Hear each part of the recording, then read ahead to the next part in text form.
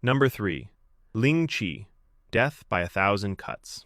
It's Imperial China, somewhere around the 10th century, and a man has been convicted of a crime so serious that a simple beheading won't do.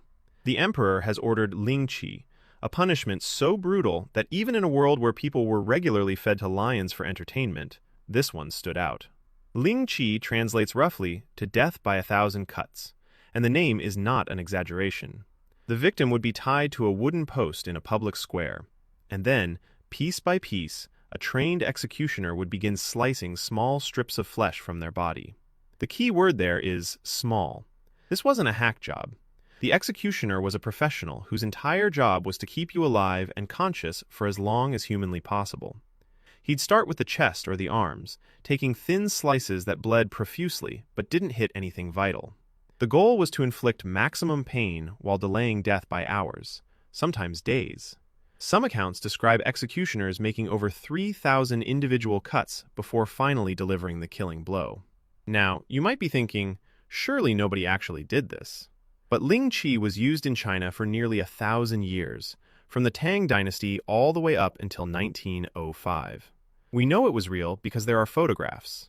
Actual photographs from the early 1900s showing victims mid-execution. The images are so disturbing that they've been studied by philosophers and academics trying to understand the limits of human cruelty. They're out there on the internet if you want to look them up, but honestly, I really wouldn't. What makes Ling Qi particularly chilling is that it wasn't just about the pain.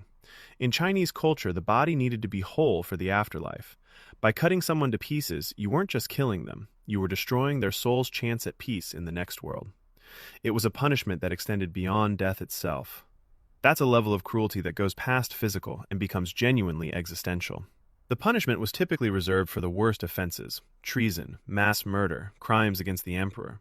But in some dynasties, it was also used against tax evaders and corrupt officials, which seems like a pretty aggressive audit. One famous case involved a eunuch named Liu Jin, who was sentenced to Ling Qi in 1510. According to records, the executioner made 3,357 cuts over the course of 3 days. Liu Jin reportedly survived the first 2 days before finally dying on the third. The execution was carried out in a public market while vendors continued selling vegetables around him. Just another Tuesday in Imperial China, apparently. Number 4. The Brazen Bull. It's around 560 BC, and a metalworker named Paralos of Athens has just invented something he's extremely proud of. He's brought it to the court of Phalaris, the tyrant of Acragas in Sicily, because he thinks this invention will make him rich and famous. It's a hollow bronze statue of a bull, life-sized, with a door in the side big enough for a person to crawl through. And that's exactly what it's for. You lock someone inside the bull, light a fire underneath it, and the bronze slowly heats up until the person inside is literally roasted alive. But here's the part Paralos was really excited about. He'd installed a series of tubes and stops inside the bull's head that converted the victim's screams into what sounded like the bellowing of an actual bull. So while someone was being cooked alive inside this thing, spectators on the outside would hear music. Paralos demonstrates the acoustic system to Phalaris, expecting praise and a fat paycheck. Phalaris is impressed. So impressed, in fact, that he decides the best way to test the invention is to lock its creator inside. And so Paralos of Athens becomes the first person ever executed in his own creation. There's a lesson in there somewhere about not building torture devices for tyrants, but I feel like it should be obvious. Phalaris reportedly used the brazen bull extensively throughout his reign.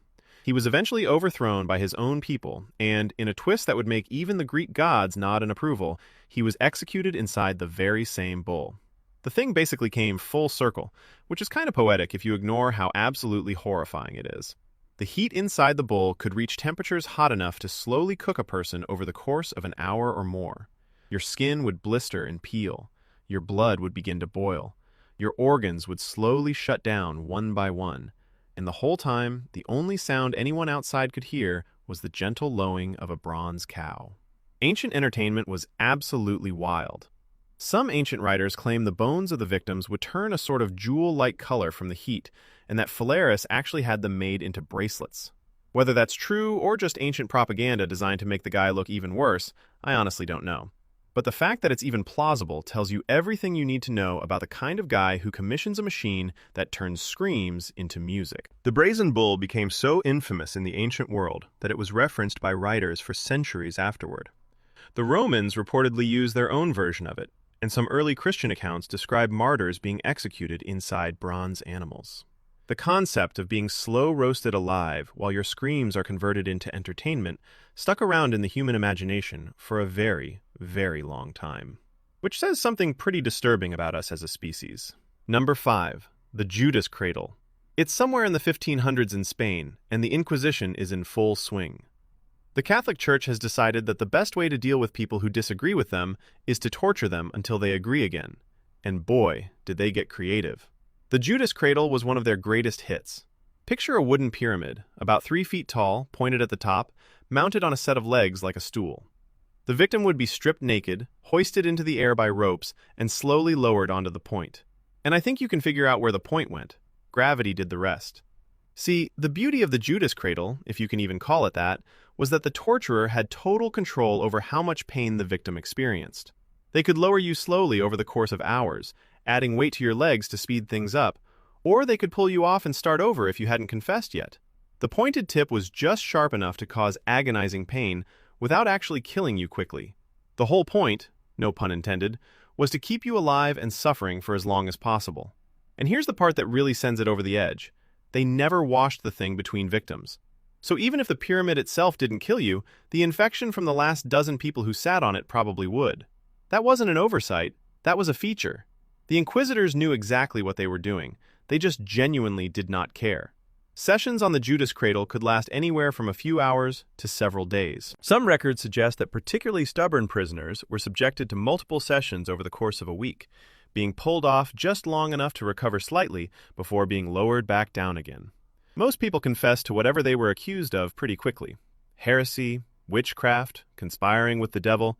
Yeah, sure, I did all of it. Just get me off this thing. And honestly, can you blame them? What's wild is that the Inquisition kept detailed records of their torture methods. They were bureaucrats about it. They literally had paperwork for how long someone sat on the pyramid. It's like filling out a timesheet, but for human suffering.